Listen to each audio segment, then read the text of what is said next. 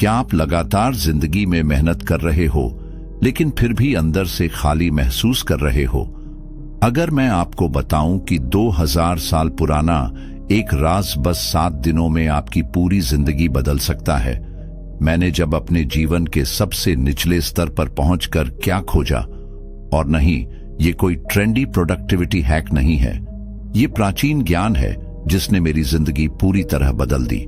बस एक ही वीक में इन स्टोइक आदतों को अपनाकर मैंने अपनी चिंता को पूरी तरह खत्म कर दिया, अपनी उत्पादकता को दोगुना कर दिया और अराजकता के बीच में एक डगमगाने न वाली शांति पाली।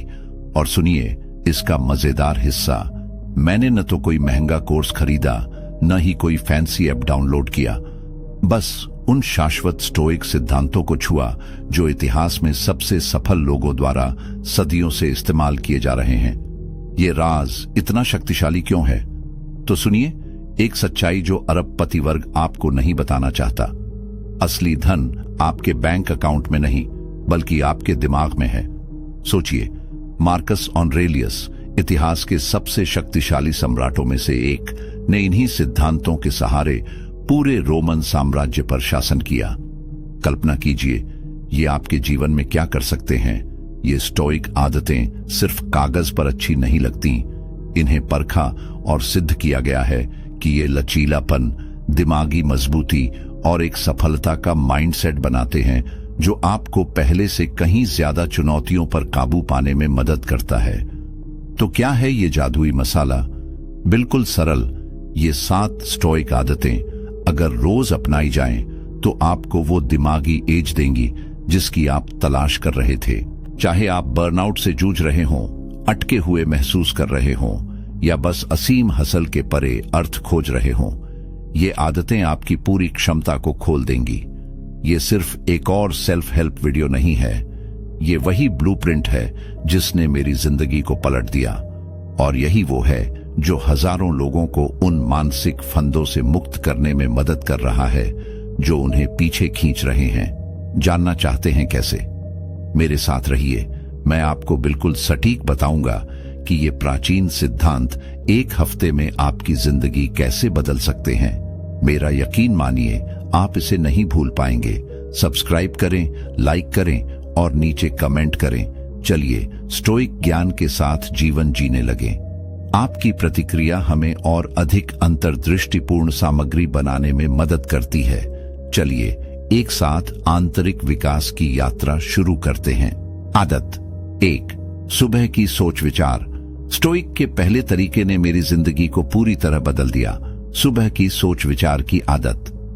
मार्कस ऑरेलियस जब रोमन सम्राट बनने से पहले थे तो हर सुबह अपने दिमाग को आने वाली चुनौतियों के लिए तैयार करते थे, जिसे उनकी निजी डायरी मेडिटेशंस में देखा जा सकता है।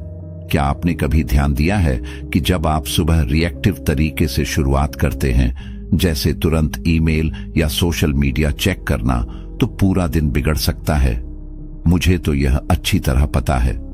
मैं भी ऐसा करता था। बिस्तर से उठते ही मोबाइल उठा लेता और दूसरों की जरूरतों के हिसाब से अपना दिन शुरू कर देता। जब मैंने सुबह की सोच विचार की आदत शुरू की तो सबसे पहले सिर्फ 15 मिनट अलग रखे। मैं शांति से बैठकर डायरी में इन 3 सवालों पर विचार करता। आज मैं कौन से गुण अपनाना चाहता हूं? मुझे किन चुनौतियों का सामना करना पड़ सकता है और मैं उन्हें किस दिमाग से सुलझाऊंगा? इस पल में मैं किन चीजों के लिए आभारी हूं? शुरुआती दिनों में यह मुश्किल था। मेरा दिमाग भटकता रहता और मुझे लगता कि यह समय की बर्बादी है। लेकिन तीसरे दिन कुछ बदल गया। मुझे एक अलग तरह की दिमागी शांति और मकसद महसूस होने लगा जो पूरे दिन मेरे साथ रहता। एक खास सुबह याद आती है। मुझे काम पर एक मुश्किल मीटिंग थी और जब मैंने इस पर विचार किया तो सोचा कि एक असली स्टोइक इसे कैसे लेगा। डरने की जगह मैंने इसे एक मौका समझा, धैर्य, समझ और साहस दिखाने का। यह छोटी सी आदत ने नींद और दिन की जरूरतों के बीच एक अलग जगह बना दी जहां मैं अपने इरादे तय कर सकता था। मुझे महसूस हुआ कि अचानक आने वाली परेशानियां मुझे कम प्रभावित करती हैं और मैं उन चीजों पर ज्यादा ध्यान दे पाता हूं जो वाकई जरूरी है। अगर आप भी यह आदत आजमाना चाहते हैं तो कल सुबह सिर्फ 5 मिनट निकालें। एक शांत जगह ढूंढें, डायरी लें और सोचें कि आप आज दुनिया में कैसे दिखना चाहते हैं।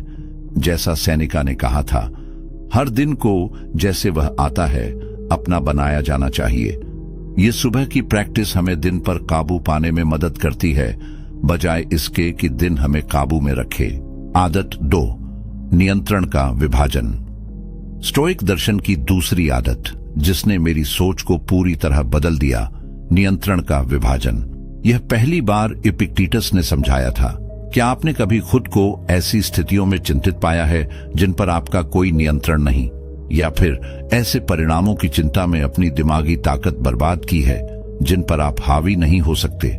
इस स्टोइक सिद्धांत को अपनाने से पहले मैं लगातार निराशा में जीता था।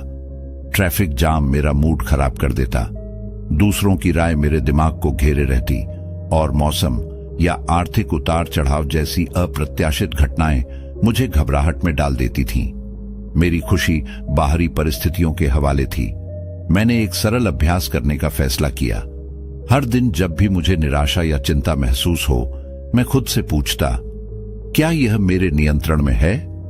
अगर जवाब ना में था तो मैं खुद से कहता, यह मेरे हाथ में नहीं है, और अपना ध्यान उन चीजों पर केंद्रित करता जो मेरे नियंत्रण में थीं, मेरे विचार, काम और प्रतिक्रियाएं। शुरुआती दिनों में लगातार सतर्कता की जरूरत थी। मुझे हैरानी हुई कि मेरी रोजाना की तनाव का कितना बड़ा हिस्सा ऐसी चीजों से आता था जिन पर मेरा कोई नियंत्रण नहीं था। चौथे दिन कुछ अद्भुत हुआ। मुझे असली आजादी महसूस हुई। जब एक बाहर की योजनाई गई गतिविधि में बारिश हो गई तो निराश होने की जगह मैंने एक यादगार इंडोर अनुभव बनाने पर ध्यान दिया। एक काम के प्रोजेक्ट में एक खास पल आया। एक टीम के सदस्य ने एक महत्वपूर्ण डेडलाइन मिस कर दी, जो पहले मुझे तनाव और दोष के चक्र में धकेल देता। लेकिन इस बार मैंने पहचाना कि उनके काम पर मेरा कोई नियंत्रण नहीं। मेरे नियंत्रण में क्या था? मेरी प्रतिक्रिया, मेरा संवाद और आगे की योजना में मेरी अनुकूलन क्षमता। जैसा मार्कस ऑरेलियस ने लिखा था, तुम्हारे पास अपने दिमाग पर अधिकार है, बाहरी घटनाओं पर नहीं। यह समझ लो और तुम्हें ताकत मिलेगी। सिर्फ एक सप्ताह में नियंत्रण के विभाजन का अभ्यास करके मुझे एक अद्भुत आंतरिक शांति और ताकत मिली जिसे कोई बाहरी परिस्थिति हिला नहीं सकती। इस आदत को अपनाने के लिए एक छोटी डायरी साथ रखें और अपने दिन भर की स्थितियों को मेरे नियंत्रण में या मेरे नियंत्रण से बाहर में बांटें। आप हैरान रहेंगे कि यह छोटी सी जागरूकता कैसे जीवन की चुनौतियों के साथ आपके संबंध को बदल सकती है। आदत 3, आत्म परीक्षा के रूप में डायरी लिखना स्टोइक आदतों में तीसरी बदलाव वाली आदत थी। सेनेका की तरह रात में डायरी लिखना, जिन्होंने सोने से पहले अपने दिन की समीक्षा करने की सलाह दी थी। क्या आप अपने आप को बार बार वही पैटर्न दोहराते हुए पाते हैं? क्या आपने कभी सोचा है कि आपके सबसे अच्छे इरादों के बावजूद व्यक्तिगत विकास इतना मुश्किल क्यों लगता है? स्टोइक डायरी लिखने से पहले मैं बिना किसी आत्म जागरूकता के जीवन जीता था। दिन एक जैसे बीतते और मैं शायद ही कभी अपने कामों पर विचार करता या अपने अनुभवों से कुछ सीखता। व्यक्तिगत विकास यादृच्छिक लगता, जानबूझकर नहीं। मैंने सेनेका की सलाह पर रात में 15 मिनट डायरी लिखने का फैसला किया, खुद से पूछते हुए, आज मैंने किस बुरी आदत से लड़ाई की, किस दुर्बलता को नियंत्रित किया, मैं किस मायने में बेहतर हुआ। पहली रात अजीब लगी। मैं क्या लिखूं? क्या मैं अपने आप पर बहुत सख्त या बहुत नरम हो रहा हूं? लेकिन जैसे जैसे सप्ताह बीता, यह अभ्यास अधिक स्वाभाविक और अद्भुत रूप से खुलासाकारी हो गया। 5वें दिन तक मैंने ऐसे पैटर्न पहचाने जिन्हें मैंने पहले कभी नहीं देखा था। कैसे कुछ ट्रिगर लगातार अधीरता की ओर ले जाते हैं, कैसे विशेष माहौल मेरे फोकस को प्रभावित करते हैं, और कैसे कुछ बातचीत मुझे थका देती है या ऊर्जा देती है। एक शाम याद है जब काम में आलोचना पर मैंने गलत तरीके से प्रतिक्रिया दी। रक्षात्मक हो गया बजाय इसके कि सकारात्मक होता। अपनी डायरी में मैंने इस प्रतिक्रिया को बिना निंदा के समझने की कोशिश की, उस अंतर को देखते हुए जो मेरे आदर्श स्वयं, जो टिप्पणी को अनुग्रह से स्वीकार करता, और मेरे वास्तविक व्यवहार के बीच था। स्टोइक डायरी लिखने की ताकत इसके उस फोकस में है जो उपलब्धियों या बाहरी घटनाओं के बजाय गुण और चरित्र पर केंद्रित है। यह सिर्फ यह लिखने के बारे में नहीं है कि मेरा दिन अच्छा था क्योंकि अच्छी चीजें हुई, बल्कि मैंने आज अच्छा जीवन जिया क्योंकि मैंने चुनौतियों का सामना बुद्धिमत्ता और साहस के साथ किया, जैसा मार्कस ऑरेलियस ने अपनी डायरी में लिखा था। अंदर देखो, अंदर अच्छाई का स्रोत है और यह हमेशा उमड़ता रहेगा अगर तुम लगातार खोदते रहोगे। अगर आप स्टोइक डायरी लिखने की कोशिश करना चाहते हैं तो आज रात इन 3 सरल सवालों से शुरुआत करें। 1. आज मैंने क्या अच्छा किया, कहां मैंने गुण दिखाए। 2. मैं आज क्या बेहतर कर सकता था, कहां मैं अपने आदर्शों से पीछे रहा। 3. कल के लिए मैं क्या सबक ले रहा हूं। आदत 4. स्वैच्छिक असुविधा। स्टोइक अभ्यासों में चौथी आदत जिसने मेरे जीवन को गहराई से बदला, स्वैच्छिक असुविधा। सेनेका ने इसकी सलाह दी थी, जिन्होंने अपनी लचीलेपन को मजबूत करने के लिए नियमित रूप से गरीबी, असुविधा और शारीरिक चुनौतियों का अभ्यास करने की सलाह दी। क्या आप अपनी दिनचर्या में बहुत आरामदायक हो गए हैं?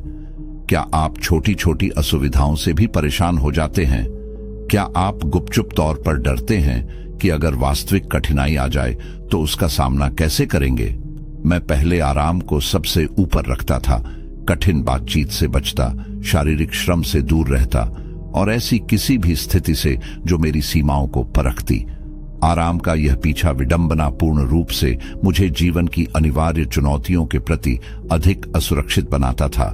इसलिए मैंने 1 सप्ताह के लिए स्वैच्छिक असुविधा का स्टोइक अभ्यास करने का फैसला किया। हर दिन मैंने जानबूझकर एक असहज अनुभव शामिल किया। ठंडे पानी से नहाना, 24 घंटे उपवास, गाड़ी की जगह पैदल चलना, एक रात फर्श पर सोना और यहां तक कि एक दिन अपने सबसे असहज लेकिन उचित कपड़े पहनना। पहला ठंडा पानी से नहाना हैरान कर देने वाला था। सच में मैं तुरंत बाहर निकलना चाहता था, लेकिन मैं असुविधा के साथ रहा, अपनी प्रतिक्रियाओं को देखा और खुद को याद दिलाया कि असुविधा खुद मुझे नुकसान नहीं पहुंचा सकती, केवल उसके बारे में मेरा निर्णय ही कर सकता है। तीसरे दिन तक मैंने कुछ अद्भुत देखा। मेरा बुनियादी लचीलापन पहले से ही बढ़ गया था। छोटी छोटी असुविधाएं जो पहले मुझे परेशान कर देती, अब लगभग नजरअंदाज हो जाती। एक विशेष अनुभव 24 घंटे का उपवास था। शारीरिक भूख से परे मैंने भोजन के प्रति अपने मनोवैज्ञानिक लगाव का सामना किया। जैसे जैसे घंटे बीते, मुझे पता चला कि भूख रैखिक रूप से नहीं बढ़ती, बल्कि लहरों में आती है। अधिक महत्वपूर्ण बात यह कि मैंने पाया कि मैं पूरी तरह से काम कर सकता हूं, स्पष्ट रूप से सोच सकता हूं, प्रभावी ढंग से काम कर सकता हूं और भावनात्मक संतुलन बनाए रख सकता हूं, भले ही भोजन न हो, जैसा इपिक्टेटस ने सिखाया था। यह कठिनाइयां हैं जो दिखाती हैं कि लोग क्या हैं। स्वैच्छिक असुविधा के माध्यम से मैं केवल भविष्य की चुनौतियों के लिए तैयार नहीं हो रहा था, बल्कि अभी वर्तमान में जीवन को अधिक समता के साथ संभालने की मनोवैज्ञानिक मांसपेशी को सक्रिय रूप से बना रहा था। इस अभ्यास की सुंदरता यह है कि यह सैद्धांतिक ज्ञान को शारीरिक ज्ञान में बदल देता है। लचीलेपन के बारे में पढ़ना एक बात है, असुविधा को सहने की अपनी क्षमता को शारीरिक रूप से अनुभव करना बिल्कुल अलग है। अगर आप इस स्टोइक आदत से उत्सुक हैं तो छोटा सा शुरू करें। कल सुबह 1 मिनट का ठंडा पानी से नहाएं या शाम तक उपवास करने का निर्णय लें। न केवल शारीरिक संवेदनाओं को बल्कि अपनी मानसिक प्रतिक्रियाओं को भी देखें। याद रखें कि आप हर चुनी हुई असुविधा के क्षण के साथ चरित्र की ताकत बना रहे हैं। आदत 5, मृत्यु पर चिंतन। स्टोइक अभ्यासों में 5वीं और शायद सबसे गहरी आदत दैनिक मृत्यु चिंतन, जिसे स्टोइक मेमेंटो मोरी, याद रखो कि तुम्हें मरना है, कहते थे। क्या मृत्यु के बारे में सोचने से आप असहज हो जाते हैं? क्या आपने कभी सोचा है कि जीवन की सीमित प्रकृति को स्वीकार करने से आप आज के दिन को कैसे जी सकते हैं? इस अभ्यास को शामिल करने से पहले मैं असीमित समय की एक अंतर्निहित धारणा में जीता था। मैं महत्वपूर्ण बातचीत को टालता, सार्थक लक्ष्यों को पीछे धकेलता और अनगिनत घंटे ऐसी गतिविधियों में बिताता जो मेरे जीवन में वास्तविक मूल्य नहीं जोड़ती थीं। अमृता का भ्रम जीवन स्तर पर टाल मटोल की ओर ले गया। स्टोइक गुरुओं के मार्गदर्शन का पालन करते हुए मैंने एक दैनिक 3 मिनट का मृत्यु चिंतन शुरू किया। हर सुबह अपनी सोच विचार के बाद मैं धीरे से सोचता कि यह दिन मेरा अंतिम हो सकता है, किसी डरावने तरीके से नहीं बल्कि एक स्पष्ट दृष्टिकोण के रूप में। अगर यह हमारी अंतिम बातचीत होती तो मैं दूसरों के साथ कैसा व्यवहार करता, अगर ये मेरे अंतिम घंटे होते तो किस चीज पर ध्यान देता। पहले कुछ दिन अजीब और कभी कभी परेशान करने वाले लगे। हमारी संस्कृति मृत्यु के बारे में सोचने से बचने में कड़ी मेहनत करती है, जिससे यह अभ्यास स्वभाव से ही विपरीत प्रकृति का हो जाता है। लेकिन चौथे दिन कुछ नाटकीय रूप से बदल गया। मैं अपने दिन को बढ़ी हुई जागरूकता और सराहना के साथ बीतता पाया।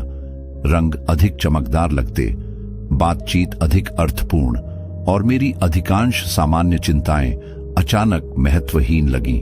इस अभ्यास के दौरान एक सुबह मुझे एहसास हुआ कि मैं परिवार के एक सदस्य के साथ मेल मिलाप को महीनों से टाल रहा था। यह विचार कि हम में से कोई भी इस रिश्ते को ठीक किए बिना मर सकता है अचानक असहनीय हो गया। उस दोपहर मैंने वह कॉल किया जिससे मैं बच रहा था, जिससे मेरे जीवन की सबसे अर्थपूर्ण बातचीत हुई। जैसा सेनेका ने बुद्धिमानी से कहा था, अपने दिमाग को ऐसे तैयार करें जैसे हम जीवन के अंत पर पहुंच गए हों। हम किसी चीज को न टालें, हर दिन जीवन के हिसाब किताब को संतुलित करें। जो हर दिन अपने जीवन को पूर्ण करता है वह कभी समय से वंचित नहीं होता। यह अभ्यास जीवन को कम नहीं करता बल्कि इसे विशाल करता है। जीवन की क्षण भंगुरता को स्वीकार करके हम विडंबनापूर्ण रूप से इसकी गहराई और समृद्धि को बढ़ाते हैं। समय बहुतायत के बजाय कीमती हो जाता है और हमारे विकल्प अधिक स्पष्ट और महत्वपूर्ण हो जाते हैं। अगर मृत्यु पर चिंतन शुरू में बहुत गहन लगे तो एक कोमल दृष्टिकोण अपनाएं। हर दिन के अंत में खुद से पूछें, अगर यह मेरा अंतिम दिन होता तो क्या मैं उस तरह से जिए जाने से संतुष्ट होता? यह सरल सवाल आपकी प्राथमिकताओं और दृष्टिकोण को शक्तिशाली ढंग से पुनर्संरेखित कर सकता है। आदत 6, नकारात्मक कल्पना। स्टोइक अभ्यासों में छठी आदत जिसने मेरे दृष्टिकोण को बदला, नकारात्मक कल्पना, जिसे प्राचीन स्टोइक प्रीमेडिटेशियो मालोरम कहते थे, बुराइयों का पूर्व चिंतन। क्या आप अपने जीवन की अच्छी चीजों को लेकर लापरवाह हो जाते हैं? क्या आप लगातार अगली उपलब्धि वस्तु या अनुभव के पीछे भागते रहते हैं, ये उम्मीद करते हुए कि वह आपको अंततः खुश कर देगी? मैं जब तब की सोच में जीता था, जब मुझे प्रमोशन मिलेगा तब मैं संतुष्ट होऊंगा, जब मैं घर खरीदूंगा तब मैं सुखी होऊंगा। इस दृष्टिकोण ने एक खुशी की कमी पैदा की, क्योंकि मैं लगातार अपने जीवन में पहले से मौजूद समृद्धि को नजरअंदाज करता रहा। सेनेका के मार्गदर्शन का पालन करते हुए मैंने हर दिन कुछ मिनट नकारात्मक कल्पना का अभ्यास शुरू किया। मैं उन चीजों को जो मेरे लिए महत्वपूर्ण थीं, अपने स्वास्थ्य, घर, प्रियजन, करियर को खोने की जीवंत कल्पना करता। उद्देश्य चिंता पैदा करना नहीं, बल्कि उन चीजों के लिए वास्तविक आभार पैदा करना था जिन्हें आमतौर पर स्वीकार किया जाता है। शुरू में यह अभ्यास विपरीत और थोड़ा असहज लगा। क्या हम आमतौर पर नकारात्मक विचारों से बचने की कोशिश नहीं करते? लेकिन तीसरे दिन मेरी धारणा में एक उल्लेखनीय बदलाव आया। अपनी मूल क्षमताओं, चलने, देखने, स्पष्ट रूप से सोचने के बिना जीवन की कल्पना करने से इन सामान्य क्षमताओं का मेरा दैनिक अनुभव आश्चर्य और कृतज्ञता के स्रोत में बदल गया। एक शाम अभ्यास करते हुए मैंने साफ बहते पानी तक पहुंच खोने की कल्पना की, ऐसी चीज जिसकी मैंने पहले कभी जागरूकता नहीं की थी। अगली सुबह मेरे हाथों पर ठंडे पानी का एहसास एक साधारण दिनचर्या की बजाय प्रचुरता का लगभग पवित्र अनुभव बन गया। जैसा इपिक्टेटस ने सलाह दी थी, वह बुद्धिमान है जो उन चीजों के लिए शोक नहीं करता जो उसके पास नहीं है, बल्कि जो उसके पास हैं उनके लिए खुश होता है। नकारात्मक कल्पना के माध्यम से मैंने पाया कि खुशी अधिक पाने के बारे में नहीं, बल्कि हम पहले से जो रखते हैं उसकी सराहना करने के बारे में है। इस अभ्यास का सबसे शक्तिशाली पहलू यह था कि इसने मेरे रिश्तों को कैसे प्रभावित किया। कुछ लोगों के बिना जीवन की कल्पना करके मैं उनके अपरिवर्तनीय मूल्य के प्रति अधिक सजग हो गया। बातचीत अधिक वर्तमान, संघर्ष अधिक सुलझाने योग्य और प्रेम की अभिव्यक्तियां अधिक बार होने लगी।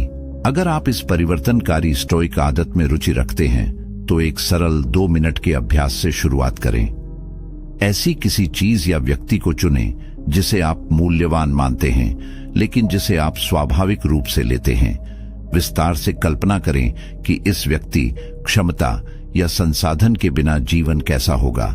फिर इस नवीन सराहना के साथ अपनी अगली बातचीत या अनुभव को अधिक वर्तमानता और कृतज्ञता के साथ सचेत रूप से महसूस करें। आदत 7, प्रकृति के अनुसार जीना। स्टोइक आदतों में 7वीं और अंतिम आदत जिसने मेरे जीवन के दृष्टिकोण को मौलिक रूप से बदला, प्रकृति के अनुसार जीने का प्रयास। अपने कार्यों को बुद्धि, न्याय, साहस और संयम की 4 मूल गुणों के साथ संरेखित करना। क्या आपने कभी सोचा है कि सफलता और उपलब्धियां जरूरी नहीं कि संतुष्टि लाती हैं? क्या आपने यह सवाल उठाया है कि धन, स्थिति या शक्ति के बाहरी मापदंडों से बेहतर जीवन का कोई अर्थपूर्ण मापक हो सकता है? स्टोइक दर्शन से पहले मेरी सफलता की परिभाषा मुख्य रूप से बाहरी रूप से निर्धारित थी। वेतन के मानक, करियर में प्रगति, सामाजिक पहचान। इन बाहरी मापदंडों को प्राप्त करने के बावजूद मुझे अक्सर एक खालीपन महसूस होता था, जैसे मैं एक ऐसी सीढ़ी चढ़ रहा हूं जो गलत दीवार से लगी है। स्टोइक परंपरा का पालन करते हुए मैंने प्रयोग किया कि हर दिन गुण को अपनी मुख्य सफलता का मापदंड बनाया जाए। क्या मैं उत्पादक था या क्या मैंने दूसरों को प्रभावित किया? के बजाय मैं पूछने लगा, क्या मैंने अपने निर्णयों में बुद्धि दिखाई? क्या मैं दूसरों के साथ न्यायपूर्ण और ईमानदार था? क्या मैंने कठिनाइयों का सामना करने में साहस दिखाया? क्या मैंने संयम और आत्मनियंत्रण का अभ्यास किया?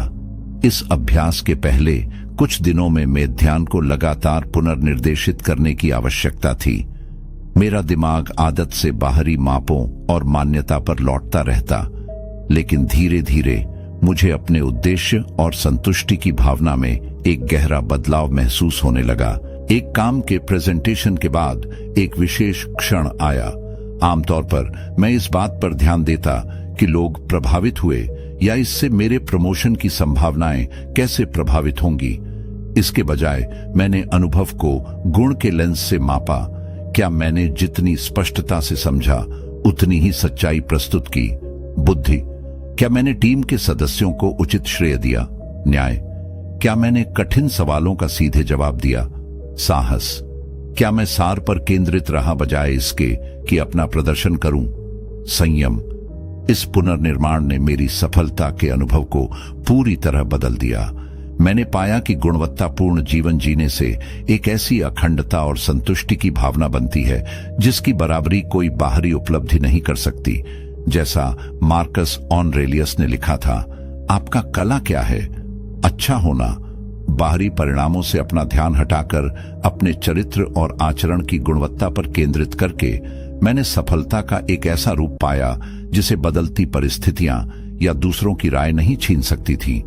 इस स्टोइक अभ्यास की सुंदरता यह है कि यह हमारे जीवन के असली मापदंड को हमारे नियंत्रण में वापस लाता है।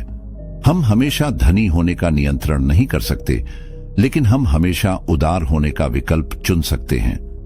हम न्याय प्राप्त करने का नियंत्रण नहीं कर सकते, लेकिन हम हमेशा दूसरों के प्रति न्यायपूर्ण कार्य कर सकते हैं।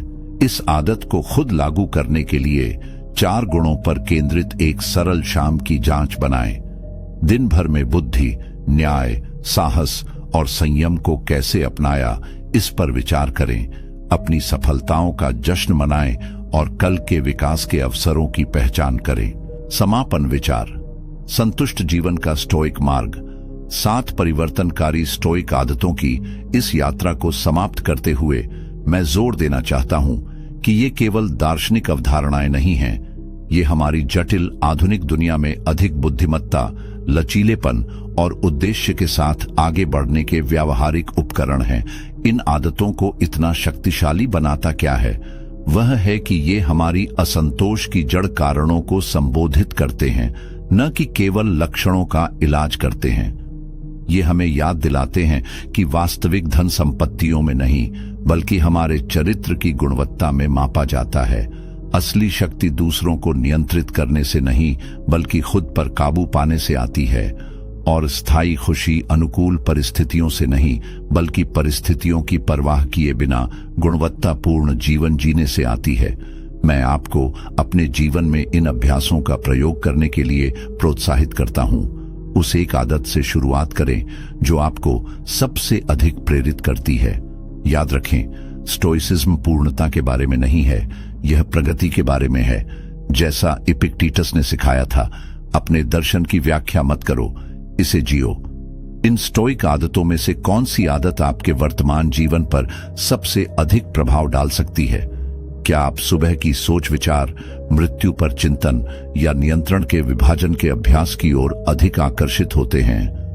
नीचे टिप्पणियों में अपने विचार साझा करें। आपकी अंतर्दृष्टि स्टोइक बनने की आकांक्षा रखने वाले हमारे समुदाय के अन्य लोगों को प्रेरित कर सकती है। अगर आपको इन प्राचीन फिर भी कालजयी अभ्यासों में मूल्य मिला, तो कृपया इस वीडियो को किसी ऐसे व्यक्ति के साथ साझा करें जिसे इससे लाभ हो सकता है। इसका एक कारण है कि स्टोइक दर्शन हजारों वर्षों से चला आ रहा है। इसकी बुद्धि मानवीय अनुभव को संबोधित करती है और किसी भी युग में अच्छा जीवन जीने के लिए व्यावहारिक मार्गदर्शन प्रदान करती है। स्टोइक बुद्धि की इस खोज में मेरे साथ जुड़ने के लिए धन्यवाद। जैसा सैनिका ने हमें याद दिलाया था, यह नहीं कि हमारे पास जीने के लिए कम समय है, बल्कि हम इसका बहुत अधिक समय बर्बाद करते हैं। ये आदतें आपको कम समय बर्बाद करने और अधिक पूर्णता से जीने में मदद करें। अगली बार तक बुद्धि का अभ्यास करें, गुण को अपनाएं और याद रखें, अच्छा जीवन हमेशा उनके लिए उपलब्ध है जो इसे खोजते हैं।